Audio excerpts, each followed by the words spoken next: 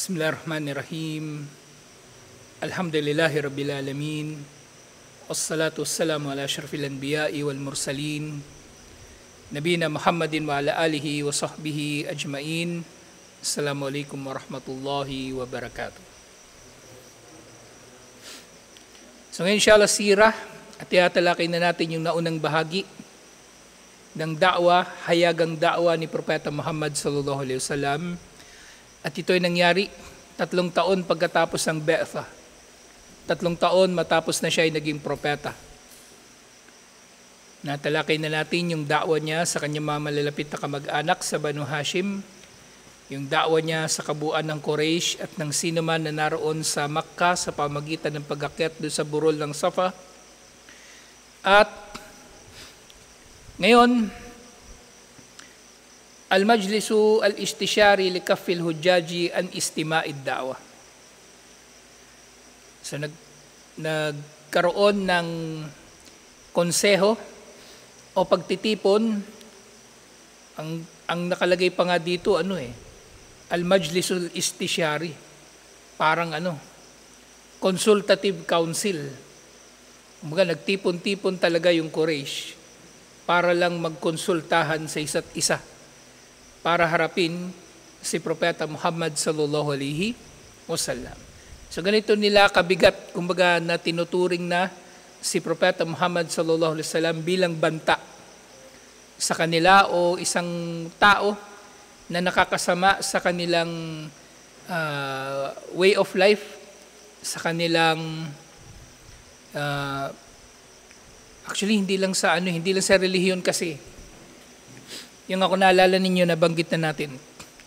Ganon katindi ang naging paglaban ng Quraysh sa da'wa ni Propeta Muhammad sallallahu alaihi wasallam. Kasi maapektuhan ng Islam, mababangga ng Islam lahat. Hindi lang ang kanilang relihiyon, yung buong mismong pamumuhay nila, yung kanilang way of life nga. Halimbawa niyan, kung magtatagumpay ang Islam, di mawawala yung mga kahalayan na nakagawian nila. At syempre, mawawala yung mga rebulto na dito sila kumikita ng malaki. Dito sila kumikita ng malaki. Na tuwing nang meron ngang mamamanata, di ba? Halimbawa, meron gustong magkatay ng hayop kay Hubal, kay Allat, doon sa kanilang mga rebulto sa paligid ng Kaaba. E di syempre, meron silang kikitain doon. Maaring sila magbebenta ng kambing o ano pa man. Tapos syempre nalaman natin na dito din sa sira na talakay natin, so nag-impose ang Quraysh ng patakaran na bawal magtawaf ang sino man liban na lamang na suot nila ang damit na binibenta ng Quraysh. At ang walang pambili ng damit magtawaf ng nakahubad. E di kita na naman yun para sa kanila. So maapektuhan yung kanilang negosyo. Kapag nagtagumpay ang da'wa ni Propeta Muhammad sallallahu alaihi wasallam, ibig sabihin, kahit hindi pa nga lumaganap kung meron lang mangilan-ngilan na maniniwala kay Propeta Muhammad sallallahu alaihi wasallam, di nabawasan sila ng customer, kumbaga, nabawasan sila ng parokyano, nabawasan sila ng tagapagtangkilik. So ganito nila kinikilala yung panganib na dala. Kumbaga sa pananaw nila, panganib na dala ni Propeta Muhammad sallallahu alaihi wasallam. At yung mga negosyante, sa totoo lang, nakita ko, nakasaksi ako minsan ng hidwaan ng negosyante. Ano talaga sineseryoso nila yung negosyo nila. Halimbawa, merong yung magiging kakompetensya nila, siseryosohin nila yun at talagang sukdulang papatayin nila yun para hindi sila maagawan ng kita o ng customer. Nung college ako, officer kasi ako ng ROTC. Pag Sunday, merong may pakain, di ba? May dumating sa amin, may proposal, siopaw, inchik. May dala-dala siya, gusto niya rin magbenta ng siopaw. Tapos may dumating na isa pa, di nagpang-abot sila doon sa opisina namin. Pareho silang negosyante ng siopaw. Doon nag-away sa opisina, tapos nasaksikan ko talaga paano sila mag-away. Ang tindi ng pinag-aawayan nila. Ang tindi ng pag-aaway nila. Parang wala silang kasama. Kulang na lang magsuntukan sila dun eh. Yung lalaking inchik tsaka yung babaeng inchik. Yung babaeng inchik di rin papatalo eh. So may matindi. Kumbaga yung nakataya para sa Quraysh. Kaya ganito na lang sila nag-react sa da'wa ni Propeta Muhammad sallallahu alaihi wasallam. Paano pa kayo malaki yung kinikita nila? Yung nga siopaw lang, halos magpatayan yun eh. Paano pa kaya ito? Na mas malaki yung kanilang kinikita sa kanilang mga negosyo na may kinalaman sa kanilang sistema ng pamumuhay na hinahamon ng Islam. So yun nga, wakilalu hadihil ayyam ahamma Quraisyan amrun akhar. Ang Quraysh ay nagkaroon ng isa pang alalahanin. Wadhalika annal jahra bid-da'wa lam yamdi alayhi illa ayyam aw ashhur ma'dudatun hatta karuba mausimul hajj. So yung kanilang pinangangambahan na nagsimula na nga ang hayagang da'wa ni Propeta Muhammad sallallahu alaihi wasallam at ilang araw na lang o ilang buwan na lang ay darating na ang panahon ng hajj. Siyempre, pagdating ng panahon ng hajj, ibig sabihin, mas maraming tao at mas marami ang makakapakinig o mapaparatingan ni Propeta Muhammad sallallahu alaihi wasallam ng kanyang da'wa. At mas hindi gusto yun ng Quraysh. Kasi kung may ibang tao,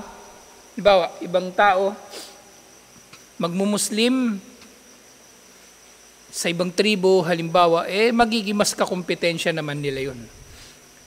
Ang Quraysh, meron na silang mga kompetensya sa iba pang mga tribo.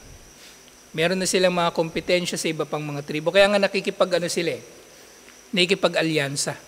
Nakikipag-alyansa sila sa iba't ibang mga tribo. Kasi meron din silang mga labanan. Kung maalala ninyo yung labanan sa pagitan ng Al-Aus at Khazraj, na dati sila magkalaban talaga yung Al-Aus at Khazraj sa Madina. At naging magkaisa lang sila nang dumating si Propeta Muhammad sallallahu alaihi wasallam. Ganon din ang Quraysh. Marami rin silang kalaban. So iniisip din nila paano yung kalaban nila magmumuslim, lalo silang kakalabanin nung mga yon.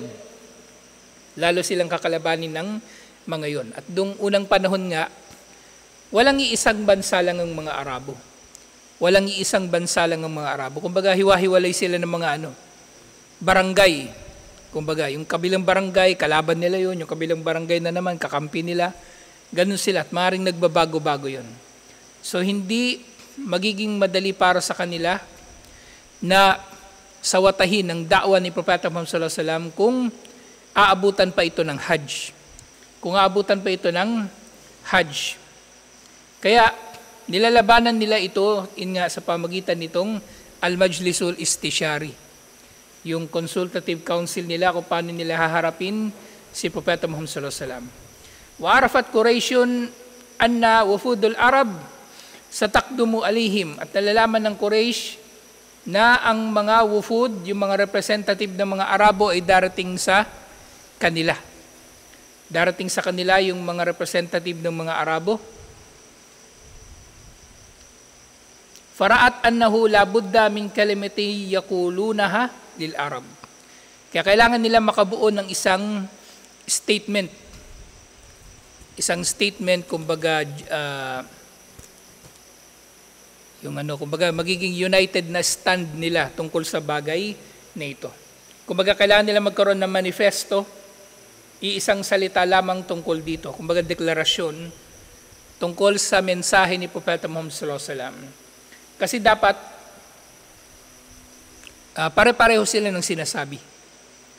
Pare-pareho sila ng sinasabi. Kung naalala ninyo doon sa Omar series, yung paulit-ulit na meeting ni Omar bin Khattab radiyallahu anhu, ni Abu Jahal, yun na yun.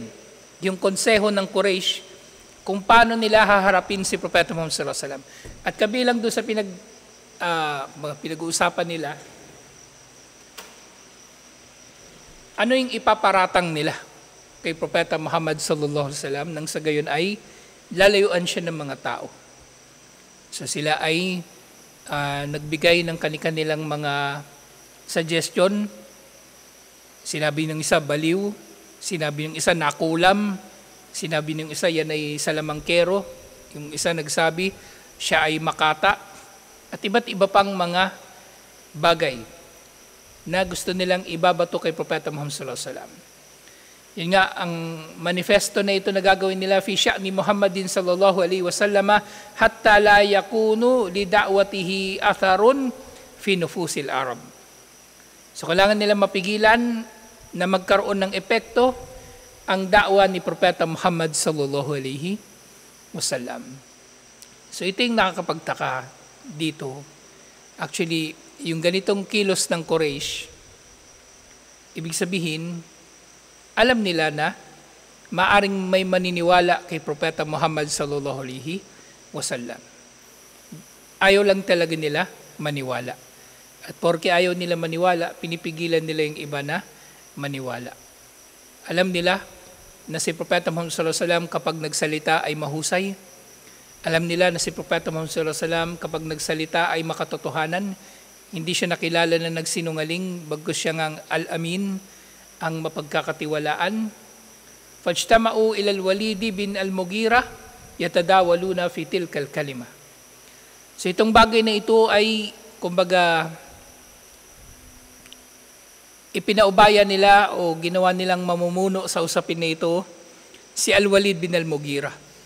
Kaya pumunta sila kay Al-Walid bin al-Mughira para talakayin ang bagay na ito. Si Al-Walid bin al-Mughira do sa Omar series, kaya maganda pala yung Omar series. Hindi na ako nahirapan magpaliwanag. Yung matanda, yung pinakamatanda sa kanila doon sa meeting, yun ang tatay ni Khalid bin al-Walid. Si Al-Walid bin al-Mughira. So siya yung kinukonsulta nila doon sa bagay na ito. At siya yung matanda nga doon na kapag nagsasalita, walang nagsasalita. Kumbaga, hinahayaan lang nila siya na magsalita. So kumbaga, kung si Abu Talib sa Banu Hashim, dito sa Banu Makhzum, eto si Al-Walid.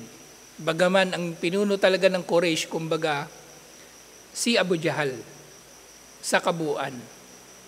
Kasi katulad nga na ipaliwanag ko nung nakaraan, yung Quraysh, hindi nga sila, yung mga Arabo, wala silang isang bansa. At sa Quraysh, nahati pa ito sa iba't ibang mga angkan, iba't ibang mga lahi, kumbaga, iba't ibang mga magkakamag-anak. At mula sa mga magkakamag-anak na ito ay magbobotohan sila kung sino magiging pinuno nila. So kumbaga, maraming mga datu.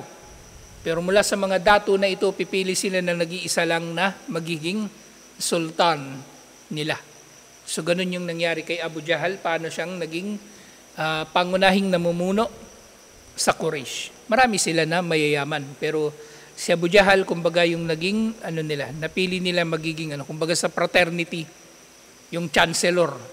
O sa military, maraming general, pero isa lang yung magiging chief of staff. Yung 4-star general, isa lang siya. So yun si Abu Jahal.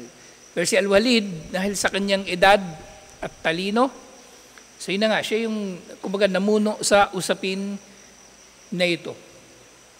Faqala lahum Al-Walid, so sinabi sa kanila ni Al-Walid bin Al-Mughira, ajmi'u fihi ra'yan wahidan, wala takhtalifu. So kayo na mga nagnanais na labanan ang da'wa ni Propeta Muhammad sallallahu alaihi wasallam, marapat kayong magkaroon ng iisang pananaw lamang at hindi kayo magtatalo-talo. Kung ano ang ibibintang o sasabihin kay Propeta Muhammad sallallahu alaihi wasallam. Kasi nga naman, kung iba-iba sila nang sasabihin, di isipin ng tao, sinisiraan lang talaga nila si Propeta Muhammad sallallahu alaihi wasallam. Kaya isa lang dapat yung kanilang sasabihin. Fayakdibu ba'dakum ba'da.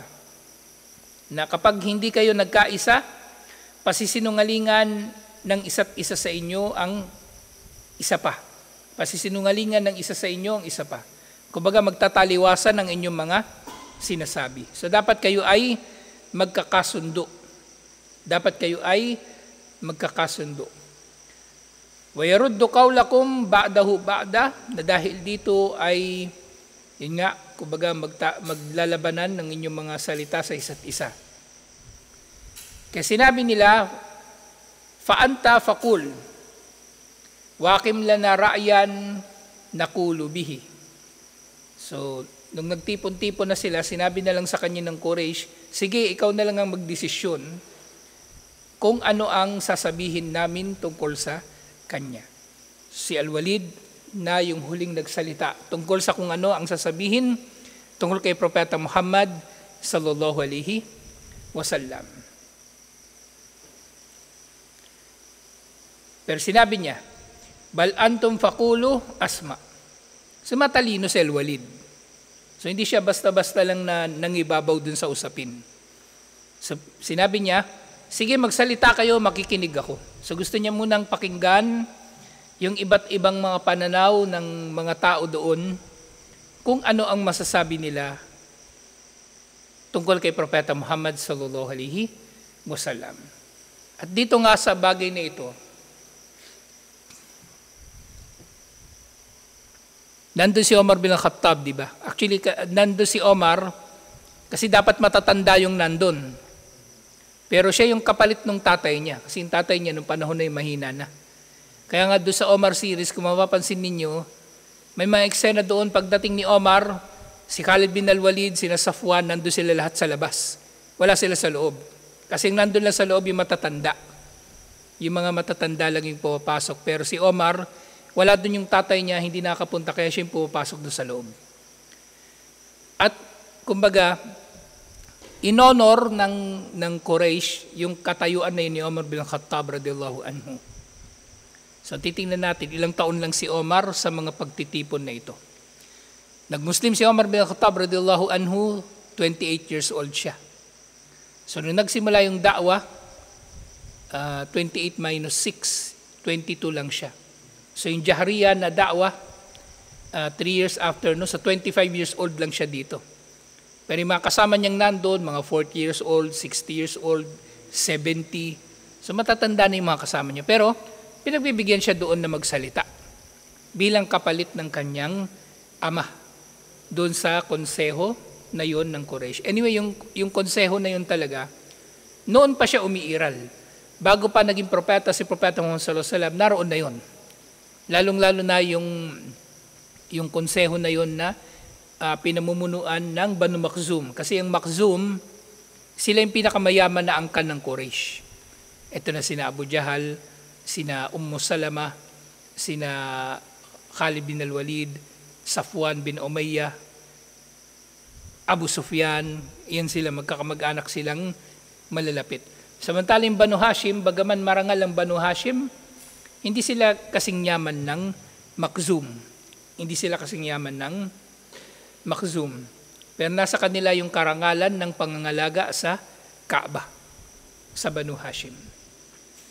So yun nga, meron ng mga nag-suggest, qalu naqulu kahin. Sabi ng iba, sabihin natin siya ay manghuhula. Si Muhammad sallallahu alaihi wasallam, sabihin natin sa mga tao, siya ay manghuhula. Kumbaga para hindi maniniwala yung mga tao sa kanya. So sabi ni Al-Walid, qala la wallah, hindi, sumpaman kay Allah. So yung Quraysh, naniniwala talaga sila kay Allah. Pero yun nga, may iba silang sinasamba liban pa kay Allah. At sinasambit na rin nila itong wallahi. Kumbaga nanunumpa sila sa ngalan ni Allah. Ma huwa bikahinin. Si Muhammad sallallahu alaihi wasallam, hindi siya kahin, hindi siya manghuhula. Laqad ra'ayna al-kuhan fama huwa bizamzamatil kahin wala saja'ah. Hindi raw manghuhula si Propeta Muhammad sallallahu alaihi wasallam kasi nakakita na raw sila, yung sina Al-Walid at yung Quraysh, nakakita na sila ng manghuhula. At yung mga sinasabi ni Propeta Muhammad sallallahu alaihi wasallam ay hindi katulad ng pananalita ng manghuhula. Kasi manghuhula kapag nagsasalita siya sa paraan na matalinghaga, malalim, minsan patula. Kahit sa panahon natin ngayon, ganun magsalita yung manghuhula. Kasi gusto na manghuhula na magiging vague, magiging ambiguous yung kanyang sinasabi. Kasi nga kulang yung impormasyon, yung totoong manghuhula na mayroong kakamping jinn, kulang yung impormasyon na dumating sa kanya. Kaya ganun din siya magsalita kasi kulang yung impormasyon. At the same time, ganun siya magsalita, malabo, para mas malaki yung tsansa na maaari niyang angkinin na nagkatotoo yung kanyang hula. So tingnan nyo na lang sa mga horoscope, halimbawa, lagi kong sample sasabihin sa horoscope, makakatagpo ka ngayong araw na ito ng tao na babago sa iyong buhay. Lagi naman tayo nakakatagpo ng tao Maaring bagong tao, dati na natin kakilala, tapos meron siyang gagawin na magbabago sa buhay natin. Natisod tayo dahil sa kagagawan niya, nababalian tayo ng buto, pilay na tayo.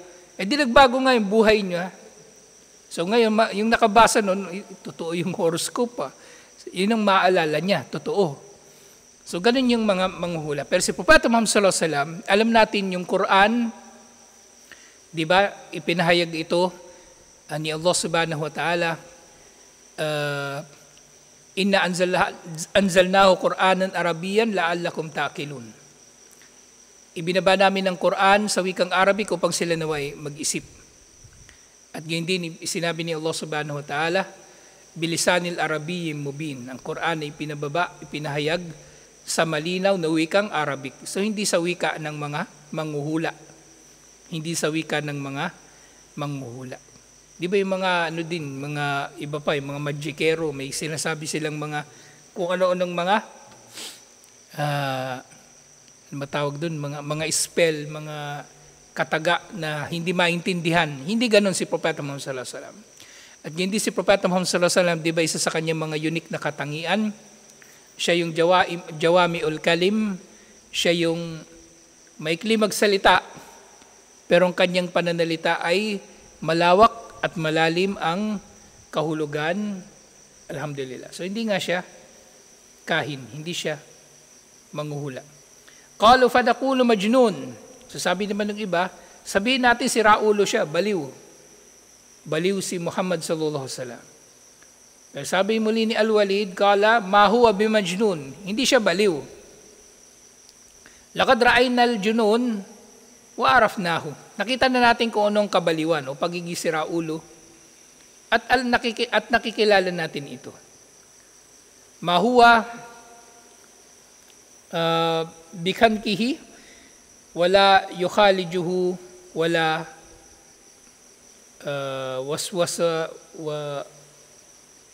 wala waswasata. So yung mga sinasabi, wala waswasa. Yung mga sinasabi ni Propeta Muhammad sallallahu alaihi wasallam o yung kanyang mga ginagawa ay hindi katulad ng mga ginagawa ng mga baliw na kumbaga ang kanyang mga ginagawa ay hindi kakaiba. Kumbaga hindi abnormal yung kanyang mga ginagawa. Pero syempre, yung majnun na ito, bukod dun sa baliw, maaari rin naman itong dun sa konteksto, dun sa kahulugan ng fihi jinn na. Kumbaga, may sumapi sa kanya na masamang espiritu o jinn. Sinapian ng jinn. Kasi maaring majnun na baliw o maaring majnun na sinapian ng jinn. Parehong applicable doon yung salitang majnun. Pero nga si Propeta Muhammad sallallahu alaihi wasallam, hindi siya ganun. Hindi siya, kumbaga, ano ba yung mga tanda ng sinasapian ng jinn na nakikilala, halimbawa yung nagkaka-epilepsy, yung nanginginig yung katawan, hindi ganon si Propeta Muhammad sallallahu alaihi wasallam. Kabilang doon sa mga katangian na sinasapian ng jinn, yung nagbabago yung ugali, yung nagsasalita sa pamagitan ng iba't ibang wika, yun. Tulog ng tulog, hindi ako sigurado kung tanda ba talaga na sinapian ng jinn, pero posible. Kasi basta merong yung malaking pagbabago sa tao. May malaking nagbabago sa tao kapag merong sumasapi sa kanya o kaya siya ay kinukulam. Kinukulam o kaya naapektuhan ng ain, yung usog. So bukod pa doon sa mga physical na sakit, lagnat, trangkaso, so maaring nagbabago bigla yung tao sa pamagitan ng tatlong ito. Sapian siya ng jin, kulam, o kaya usog. Ganon. O antukin ka na dati pa. O ngayon lang yan. O yun na yung sinasabi ko. Baka kailangan mo na magrukya. Kailangan mo na rukyahan ng sarili mo. Kaso Ayatul Kursi nga, hindi nagigising eh. Ano pa kayang pwede dito? Pag ginising mo, tatayo lang, tapos hindi naman magsasala. Uuwi lang ng bahay, baka matutulog lang din uli. So nga, hindi siya majnun. So sabi ni Al-Walid, again din sinabi ng iba, fanakulo syair.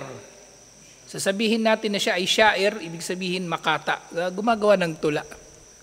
O sa makabagong rapper, kumbaga, yung rapper, kasi yung rapper magaling gumawa ng salita, yung ano ba yun, flip top. Yung flip top, ganon. So, live yun, actually, gagaling sa tutuusin, yung mga nandun sa flip top, matatalino eh. Kasi biruin mo, nakaisip sila ganun ng ipang sasagot nila sa doon sa kalaban nila. Live yun, live, hindi yun scripted. Tapos yung sinasabi nila, may tono, merong may tugma, may rhyme, kumbaga. Sumasali ba kayo doon dati ni Balbas? Nag-flip top kayo? Ay, hindi ba uso flip top doon? So magagaling yung mga syair nga. At actually itong syair na ito, yung konteksto dito ng syair, yung makata. Kumbaga, gumagawa siya ng tula, pero napapaloob din dito actually yung kung sa makabagong panahon, so bukod doon sa rapper, yung mga kompositor ng mga kanta. Napapaloob sila doon sa mga syair, actually, yung mga gumagawa ng mga kanta. Kaya nga sinabi ni Allah, wasyu'ara'u yattabi'uhumul gawun. Ang mga makata, sinusunod sila ng mga ligaw. Alam tara annahum fi kulli wadin yahimun, hindi mo ba nakita na yung mga makata sa lahat daw ng lambak sila ay pabalik-balik. Wala silang isang lugar lang na pinamamalagian. Na ibig sabihin din nun, wala silang isang pananaw lang. Maaring nagbabago-bago yung kanilang sinasabi, basta aakma doon sa kanta na ginagawa nila. Sukdulan na, kumbaga, yung kanta nila wala naman talagang katuturan eh.